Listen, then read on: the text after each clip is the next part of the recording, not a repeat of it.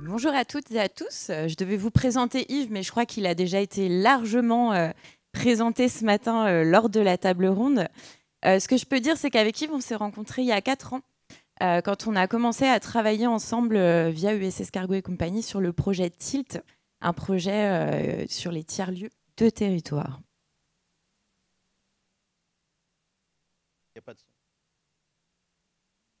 L'une des deux co-dirigeantes de ESS Cargo et compagnie, qui est une association au niveau statutaire, hein, qui est implantée sur le campus de Rennes 2 et qui se définit comme un tiers-lieu qui cherche à mettre en relation l'université et son quartier d'implantation, à savoir le quartier Villejean. ESS Cargo se revendique de finalités à la fois sociales et écologiques, et comprend dans ses locaux des espaces de convivialité, des espaces de travail, une cuisine pédagogique et des salles de réunion. Et donc cherche à monter différents projets autour de l'accompagnement, notamment des personnes du quartier qui souhaitent s'engager dans différents types de projets. Il y a aussi un groupe d'entraide sur le quartier qui est une des dimensions de l'association. Alors on travaille ensemble actuellement sur le projet d'INEGA, les égalités à travers les dynamiques associatives du quartier de Villejean à Rennes. Et donc, en fait, c'est la phase d'émergence d'une première action de recherche-action participative qui est un prototype d'un projet de plus long terme qui vise à installer sur le quartier de Villejean une permanence de territoire qui serait un incubateur de projets de recherche, de formation et de création co-construits avec les actrices du quartier en prise directe avec leurs enjeux et mobilisant les ressources universitaires. Donc ça fait déjà plus d'1 an qu'a émergé ce projet-là et qu'on travaille au moins une demi-journée par mois ensemble avec d'autres enseignants-chercheurs qui sont Marie-Anaïs Le Breton, qui est ici, Benoît Feldel, Fanny Jedlicki, Anne Lebris et Yves, bien évidemment. Donc, outre ces 5 enseignants-chercheurs ou chercheurs, on travaille en particulier, en première couronne, on va dire, avec 2 associations du quartier, à savoir ESS Cargo et Rencontre et Culture, qui pilote en particulier la maison de quartier de Villejean. Donc, ça fait effectivement même 1 an et demi hein, qu'on a commencé à travailler ensemble. Mais la finalité derrière, c'est aussi de travailler avec les collectifs d'habitants du quartier qui se mobilisent sur les questions d'inégalité. Et donc, pour l'instant, on ne les a pas intégrés directement dans le collectif de recherche, mais c'est évidemment la finalité en fait, du projet, c'est de travailler avec ces 2 associations qui sont en soutien des collectifs d'habitants et avec les collectifs d'habitants directement, autour des thématiques qui les concernent, pour reprendre ce qu'a dit William tout à l'heure. Alors, moi, si je devais définir ce que c'est une recherche-action participative aujourd'hui, clairement, je ne sais pas. Je reviendrai ici dans 3 ans vous expliquer. Ce que je sais, c'est qu'aujourd'hui, je m'implique dans un processus. Je ne sais pas où on va, mais on le co-construit au fil de l'eau. Et en fait, on accepte de tâtonner, d'expérimenter. Et c'est aussi un peu une valeur et un principe d'action des tiers-lieux, donc ça nous convient très bien.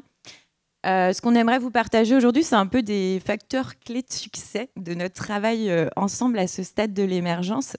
Et peut-être vous dire que le premier, c'est qu'il faut faire confiance au processus et accepter justement de le co-construire et d'expérimenter et d'y aller au fil de l'eau sans trop savoir où on va. Hein, parce que c'est ce qui se passe pour moi.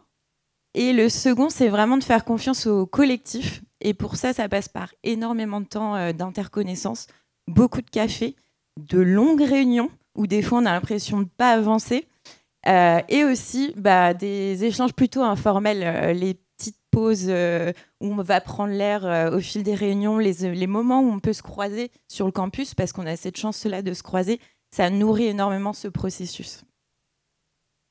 On peut dire qu'on expérimente ensemble une recherche-action participative dans une version assez radicale en termes de visée de démocratie interne, puisque on cherche à connecter finalement le sens académique du terme recherche avec le sens ordinaire du terme et à faire en sorte que tout le monde se retrouve pleinement dans le projet, c'est-à-dire que tout le monde se sente à l'aise, que tout le monde se sente reconnu, dans ses apports et dans ses contributions. Et donc, on travaille ça parce que ça fait bouger les lignes, ça fait bouger les postures des uns et des autres, des deux côtés, hein. Et en fait, on est dans une logique d'expérimentation, c'est-à-dire qu'on ne sait pas où on va, on n'a pas de format prédéfini, mais ce n'est pas grave, en fait, parce qu'on considère que le processus est tout aussi essentiel que les productions. Et en complément de ce qu'a dit Marie sur le travail qu'on a fait au cours de l'année qui s'est écoulée, ben, on travaille sur les postures, on travaille sur les rôles de chacun. On a élaboré en particulier une charte qui permet de clarifier toutes ces questions-là. Les questions de gouvernance aussi, comment on pilote ce genre de démarche. On travaille sur la compréhension mutuelle, parce que, ben, vous le savez, hein, le monde universitaire, il est plein de jargon, mais le monde professionnel aussi parfois. Donc on a convenu, par exemple, d'employer le mot banane pour dire « je comprends rien à ce que tu dis, est-ce que tu peux m'expliquer ?» Voilà, c'est des choses très simples, mais qui sont essentielles en fait pour qu'on se sente à l'aise. Et on essaye aussi de mobiliser des méthodologies issues des démarches coopératives, en particulier un outil qu'on utilise, c'est le journal d'atelier, c'est-à-dire comment, d'une séance à l'autre, on restitue ce qui s'est fait, on valide collectivement pour pouvoir ensuite avancer. Donc c'est des outils essentiels pour pouvoir construire de la confiance, de la compréhension mutuelle et s'assurer que tout le monde est au même niveau et que tout le monde se sent pleinement dans la démarche. Alors Yves l'a dit, notre recherche-action, elle se construira avec un collectif ouvert et une dynamique de territoire intégrée. Donc si vous souhaitez rejoindre ou croiser notre processus d'une manière ou d'une autre, n'hésitez pas à venir nous rencontrer.